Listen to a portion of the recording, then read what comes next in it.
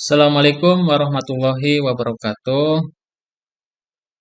Alhamdulillah Bapak Ibu, kita kali ini akan belajar tentang platform untuk pembelajaran yang akan kita gunakan di semester Gasal periode 2001-2022, yang mana platform pembelajaran ini adalah hal yang baru. Tentunya ini akan perlu butuh konsentrasi terhadap Bapak Ibu agar bisa mengikuti dan bisa menggunakan layanan platform ini dengan baik. Harapannya adalah mengganti dari layanan e-kampus ini. Yang pertama adalah agar platform yang kita gunakan untuk pembelajaran ini terintegrasi dengan sepada yang ada di layanan PDDikti. Kemudian juga eh, beberapa fitur yang terintegrasi dari aplikasi-aplikasi yang lain bisa terhubung dengan layanan e-learning yang digunakan di Setikes Ahmad Dahlan Cirebon ini. Tentunya ketika sudah saling terintegrasi, harapannya adalah kita bisa menggunakannya dengan full ya, tidak terpisah-pisah untuk menggunakan proses belajar mengajar. Baik Bapak Ibu, kita langsung saja untuk melihat dari layanan e-learning yang sudah terpasang di laman Setikes Ahmad Dahlan Cirebon. Alamatnya yaitu adalah e-learning.setikes-adc.ac.id. Nah, Bapak Ibu, ini adalah tampilan awal untuk masuk di layanan e-learning Setikes ADC. Nah, di sini ada tampilan depannya. Di bawah ada kategori-kategori mata kuliah ya, ada D3 Keperawatan, kemudian juga ada S1 Administrasi Rumah Sakit. Nanti ketika ini diklik, nanti ada beberapa poin mata kuliah yang akan muncul sesuai dengan jurusannya. Sebelum kita masuk ke mata kuliah, kita cek dulu ini bahasanya. Kita gunakan bahasa Indonesia agar lebih familiar. Kemudian setelah itu baru kita masuk ke laman e-learningnya di pojok kanan atas ya. Gunakan username dan password yang sudah disediakan oleh admin atau operator. Contoh misalkan dosen Setikes, kemudian passwordnya.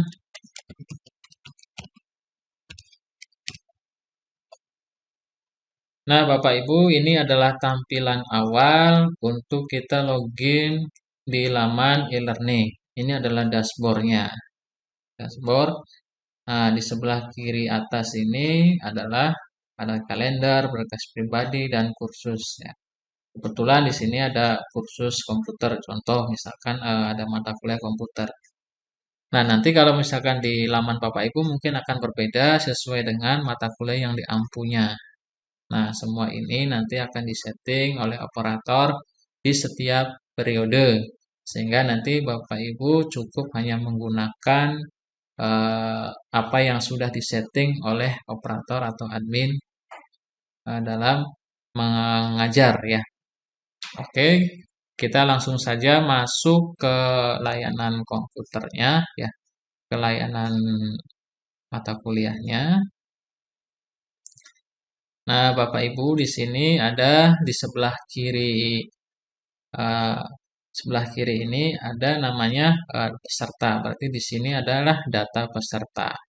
Data peserta ini sudah ditambahkan ya oleh operator sehingga Bapak Ibu sudah tidak perlu lagi untuk mengecek data peserta. Kemudian juga ada rencana ini juga nanti kita ke periode tahap selanjutnya akan dibahas, dan kompetensi sama yang perlu kita ajarkan di sini adalah yaitu tentang terkait dengan apa yang kita kerjakan di periode sekarang ini.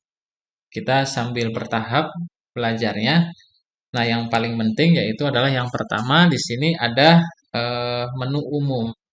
Menu umum ini adalah pengumuman yang isinya itu adalah pengumuman-pengumuman yang Bapak Ibu sampaikan ketika Bapak Ibu melakukan kegiatan di layanan e-learning ini.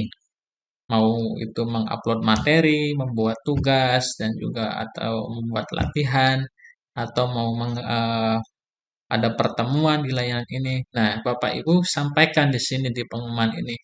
Misal ada tugas yang harus dikerjakan. Nah, sampaikan di pengumuman sehingga nanti ketika mahasiswa itu mau mengerjakan tugas, ada pengumuman di situ caranya bagaimana.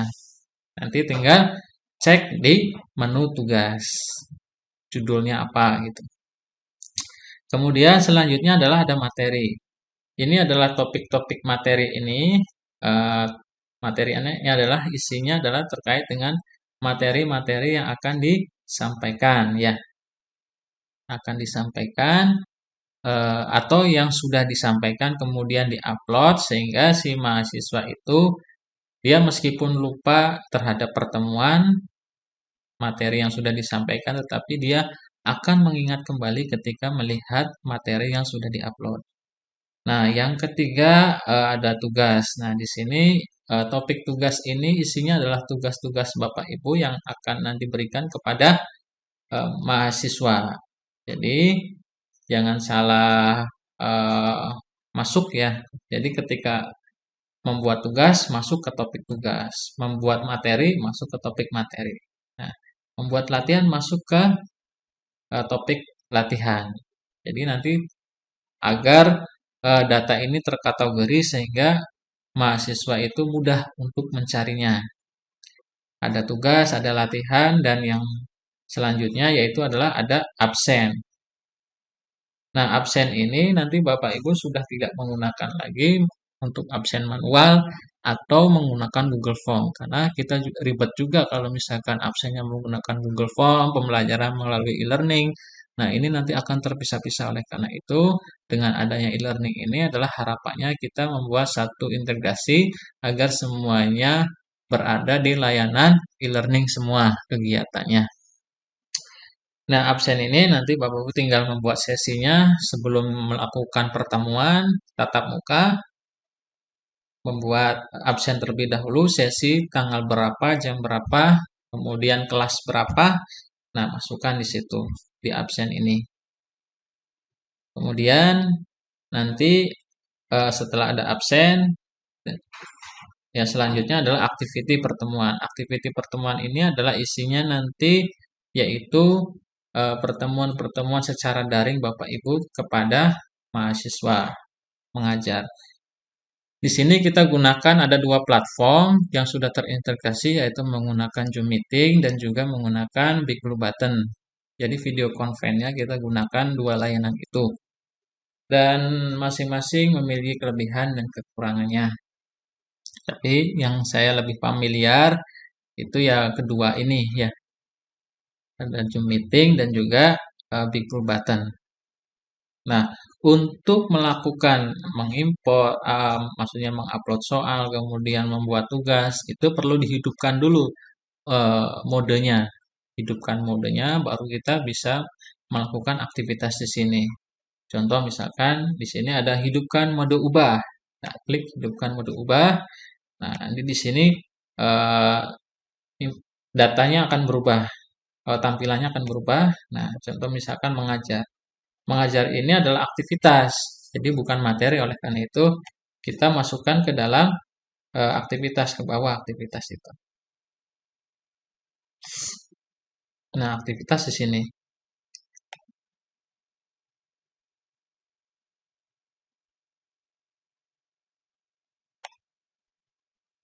Nah, apa isinya ini? Ini adalah video conference yang sudah eh, history dari video conference yang sudah dijalankan ya. Kalau kita mau mengajar lagi, ya tinggal tambahkan aktivitas sumbernya, tambahkan. Kemudian di sini ada fitur-fiturnya ya. Baik Bapak Ibu, kita lanjut ke materi pertama yaitu bagaimana kita caranya untuk mengupload atau mengunggah materi yang sebagai bahan bacaan untuk mahasiswa. Yang pertama, untuk melakukan akses dari topik-topik ini tentunya kita modenya dihidupkan dulu. Nah, di sini ada tuliskan hidupkan mode. Klik untuk dihidupkan modenya. Nah, kemudian nanti di sini tampilannya akan berubah ya. Di sebelah kanan ya ada tulisan namanya tambahkan aktivitas atau sumber. Nah, jangan lupa tambahkannya ini adalah di dalam topik materi ya. Karena kita akan menambahkan atau mengupload materi. Jadi, klik tambahkan aktivitas baru di topik materi. Oke, nanti akan muncul di sini pilihannya. Klik sumber di sini menunya. Nah, nanti di sini ada file ya. Yang akan kita masukkan adalah unggahnya file. Klik. Kemudian di sini judulnya apa materi yang akan diunggah tersebut. Misalkan materi komputer hardware atau lainnya. Nah, ya di sini juga kita bisa menambahkan apakah di dalam halaman ini terdiri dari beberapa file. Kalau misalkan lebih dari beberapa file, sebaiknya tambahkan dulu foldernya. Di sini ada baru tambahkan, misalkan file pertama, kemudian buat lagi folder file kedua gitu. Tapi maksimalnya adalah untuk upload itu 2 mega ya. Jadi tidak terlalu besar. Nah, kalau misalkan cukup satu file saja ya langsung aja tambahkan di sini ya. Klik tambah, kemudian cari filenya. Buka, bekas, mana yang mau diunggah kan gitu. Filenya. Harapannya adalah yang diunggah filenya itu bentuknya adalah PDF ya, bukan yang lain karena kalau yang lain itu nanti tidak bisa dibaca online, artinya ya harus di-download dulu gitu. Ini juga bisa menghambat atau bisa jadi file sampah di dalam hard disk kita nantinya.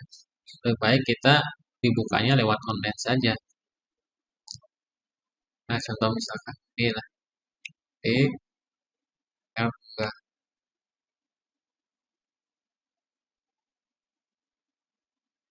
setelah itu baru langsung saja di sini simpan dan kembali ke kursus.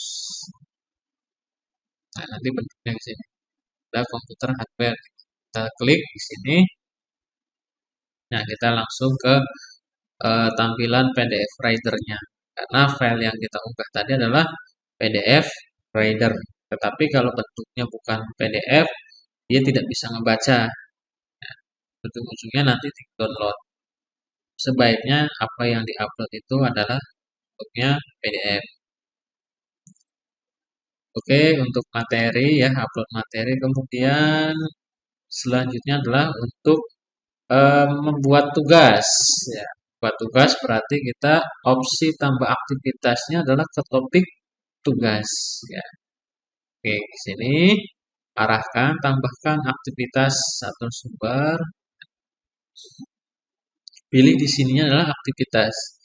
Nah, kemudian di sini ada menu penugasan. Ya. Kemudian di sini ditulis judul tugasnya apa. Latihan 1 misalkan. Kemudian deskripsinya buatkan satu contoh proposal terkait tentang servis komputer. Dan kalau ada file-file pendukung tinggal ditambahkan di sini. Misalkan contoh misalnya atau contoh yang lainnya untuk dari tugas tersebut agar dapat dipahami oleh mahasiswa. Kemudian di sini juga ada ketersediaan untuk mengatur jatuh temponya berakhirnya tugas.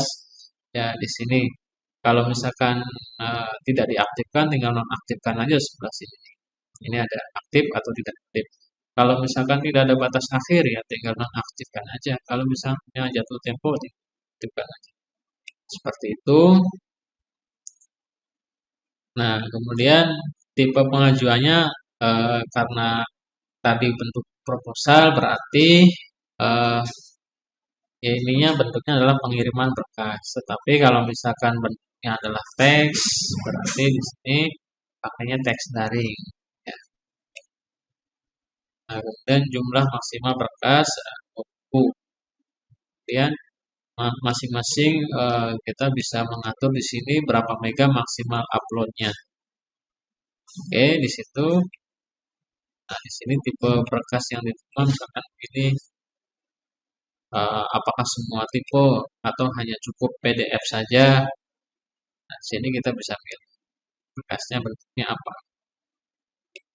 Oke, kalau sudah kita tinggal simpan dan kembali ke SUS. Jadi di sini ada latihan 1. Misalkan dibuka tanggal 4, jatuh temponya tanggal 11 Agustus 2021. Nah, untuk tugas seperti ini. Nah, kalau dilihat nanti di sini apa namanya? Ada ya keterangannya. Nah, kalau untuk nilai nanti tinggal klik aja lihat semua ajuan. Nah, nanti di sini ada nama-nama yang dinilai. Misalkan dari nama user MHS di sini tinggal nilai saja. Tinggal nilai apakah ada datanya. Kalau tidak ada datanya ya kosong. Ini nilai di sini ya kosong. Ya seperti itu kalau ingin kembali berarti di sini balik ke penugasan latihan 1. Nah, seperti itu.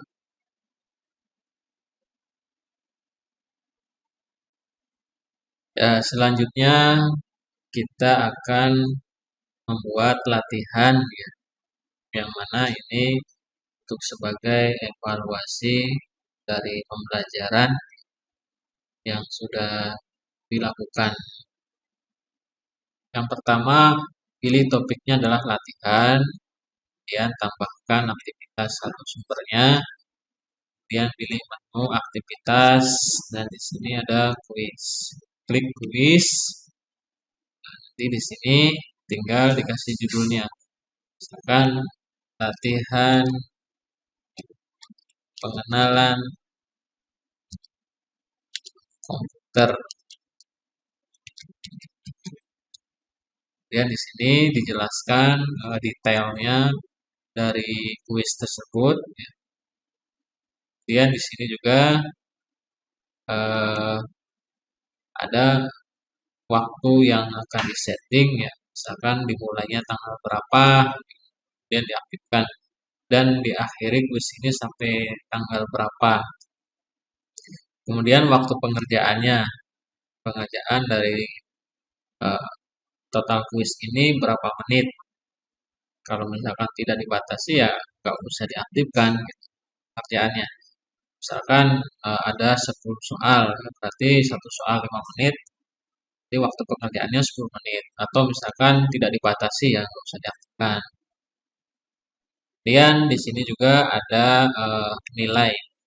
Nah, di nilai ini nilai untuk lulusnya, misalkan standarnya kalau misalkan udah 70% berarti lulus, ya, tinggal kasih aja 70 di sini. Kemudian upaya mengerjakan. Nah, dia berarti mengupayakan untuk naik ke apa? Menjadikan nilai tertinggi apakah hanya satu kali ujiannya atau berkali-kali gitu. Jadi biasanya ujiannya cukup satu kali, berarti upaya mengerjakannya ya cukup satu kali aja, satu kali. Dan ini ada tata letak ya. Tata letak itu berarti nanti pertanyaan yang akan ditampilkan itu Apakah satu layar itu tiap pertanyaan, atau dua pertanyaan, atau tiga pertanyaan. Kemudian saya pilih di sini satu pertanyaan saja per layar, nanti tinggal next. Kemudian selanjutnya adalah perilaku soal ya. Perilaku soalnya ini adalah acak. Acak itu artinya masing-masing mahasiswa berbeda atau memang berurutan. Kemudian selanjutnya adalah tampilan ya. Bukan gambar. Di sini aja digit desimal pada nilai 2 ya. Kemudian save exam browser. Apakah ini dipakai menggunakan browser ujian atau bisa dipakai di browser manapun ya. Kalau ini diaktifkan berarti hanya bisa dipakai di browser khusus ujian saja, save exam browser. Nah, selanjutnya umpan balik di sini ya. Umpan balik misalkan batasan nilai 100 berarti syaratnya apa? Batasan nilai 80 syaratnya apa? Kemudian juga ada apa namanya selanjutnya itu pembatasan akses, tidak masalah ya. Default saja, pelacakan penyelesaian juga default, sudah cukup. Untuk pengaturannya sampai itu ya. Ini untuk eh, latihan ya. Kalau sudah selesai tinggal simpan dan kembali ke kursus. Klik simpan. Karena saya sudah ada berarti saya batal. Nah, nanti tinggal dicek latihannya, nah, nanti akan bentuknya seperti ini.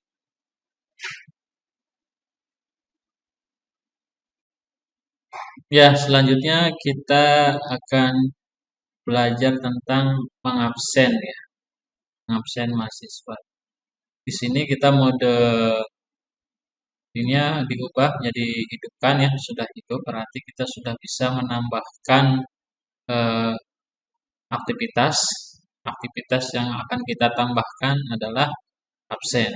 Klik tambah aktivitas atau sumber, kemudian eh, klik aktivitas ya, kemudian klik di sini ada kehadiran, klik. Nah, kemudian di sini kita namanya kehadiran atau absen atau yang lainnya. Kemudian kita atur ya poinnya 100 poin aja, artinya jika sudah melakukan absen secara keseluruhan berarti poinnya ada 100. Kemudian juga untuk pembatasan ya, pembatasannya kita masukkan grupnya, kita pilih misalkan tambah lagi grup untuk kelas B, kelas A dan kelas B. Kemudian penyelesaian cukup ya, tidak terlalu banyak, dan kita langsung simpan dan kembali ke kursus. Nah, sini berarti terbatas untuk kelas A dan kelas B. Ya, kemudian kita klik absennya.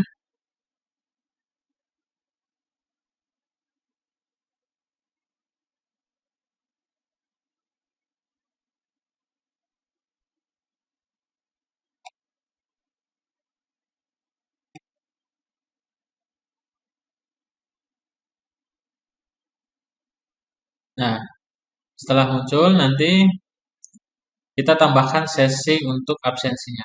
Tambah sesi. Nah, kemudian tanggal berapa yang mau kita absensikan. Kemudian waktunya. Durasinya berapa menit. Ya.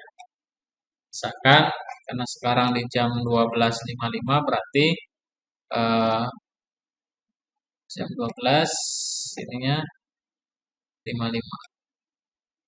Selesainya ini agar mencegah biar mahasiswa tidak mengabsen terus-menerus, kita batasi waktunya misalkan sampai jam 1. Berarti jam 13 kita kasih waktu aja setengah jam sampai 30.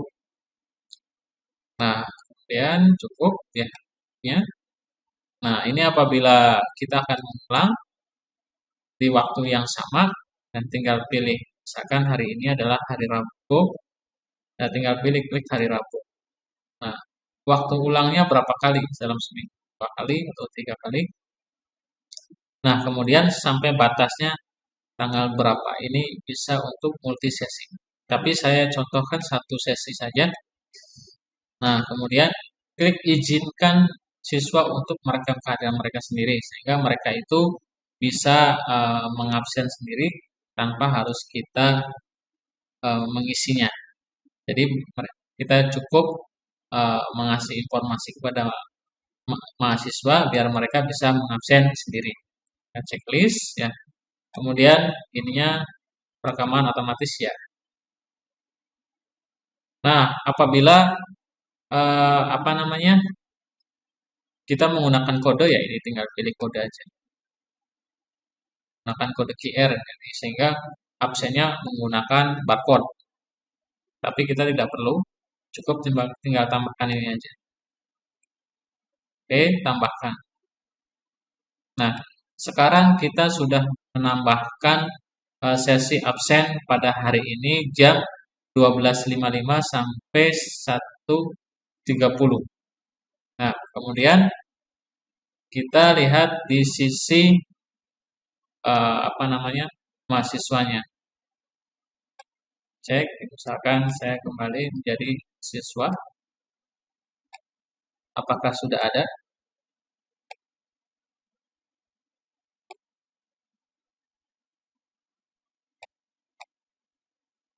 Nah, sudah ada di sini. Nanti di tampilan mahasiswa tampilan seperti ini, tinggal ajukan kehadiran.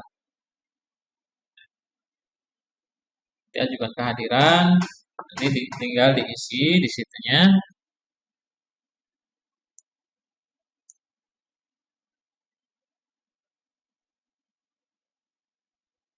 Nah, diisi di sini. Misalkan nama si A, dia kehadirannya hadir, sakit, atau izin, atau tidak hadir. Nah, kemudian tinggal simpan. Tentunya kalau mereka mengisi berarti ya hadir gitu. Kalau tidak batal. Nah, seperti itu untuk tampilan di mahasiswa. Nah, oke. Kita kembali lagi ke mode dosen ya. Ya, kita dicek di sini kehadirannya. Jadi, kalau misalkan si A, si B belum absen juga ya kita tinggal cek aja di sini nanti. Cek di sini secara real time apakah mereka sudah hadir atau belum. Cek secara real time di sini. Oke. Nah, ini untuk laporannya seperti ini. Misalkan si A dia sudah hadir berapa kali. Nah, nanti presentasinya akan kelihatan berapa persen. Oke, untuk ya sekarang terakhir kita akan coba menggunakan layanan eh, activity atau pertemuan secara daring, yaitu menggunakan layanan Big Blue Button ya. Oke, modenya jangan lupa dihidupkan dulu, kemudian kita tambahkan aktivitasnya, kemudian pilih menu tab aktivitas. Nah, nanti di sini di kolom ketiga ada Big Blue Button. Kita klik. Nah, di sini sudah. Kemudian kita kasih nama virtual kelasnya. Misalkan mengajar kelas 2A. Oke, activity barangkali mau ditambahkan untuk pesan selamat datang. Session mau direcord atau tidak, ya terserah. Nah, selanjutnya kita ke bawah, diatur ya di sini.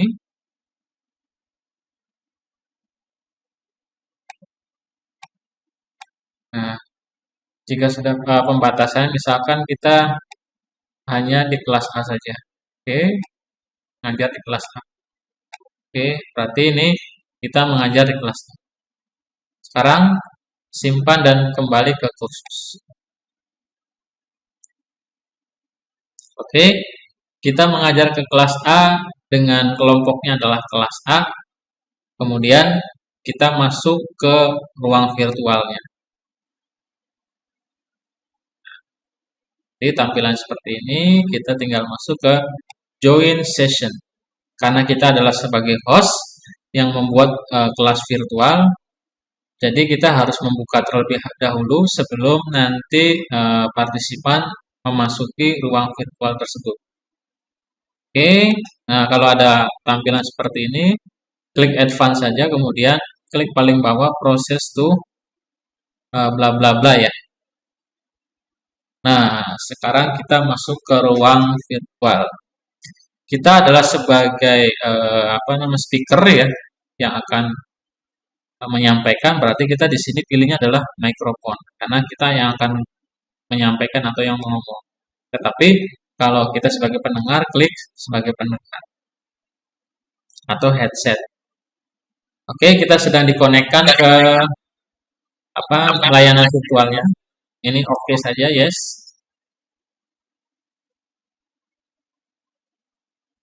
Nah, sekarang kita masuk ke layanan virtual. Tampilkan webcamnya. Kita menggunakan kamera. Mohon maaf, kameranya sedang dipakai, jadi tidak bisa digunakan.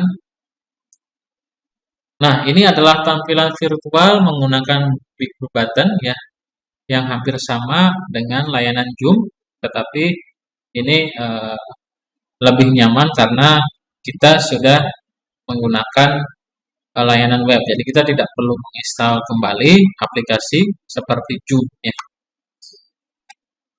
Nah, ini untuk misalkan share screen juga ada, mau share yang mana gitu kan, atau share audionya, tinggal hampir sama saja.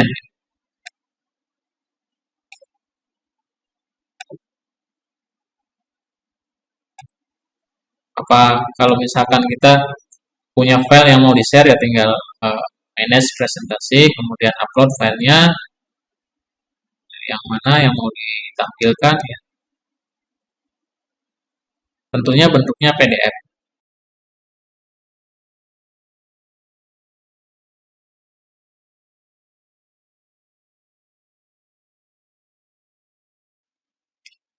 Nah, itulah langkah-langkah untuk menggunakan layanan e-learning Stikes Ahmad Dahlan Cirebon yang nanti insya Allah akan kita landingkan di periode 2021-2022, yang mana kita akan coba di tingkat 1 dulu, dan mudah-mudahan ini akan kita ekspansikan ke tingkat 2 dan 3. Baik Bapak Ibu, untuk akhiri sekian saja. Wassalamualaikum warahmatullahi wabarakatuh.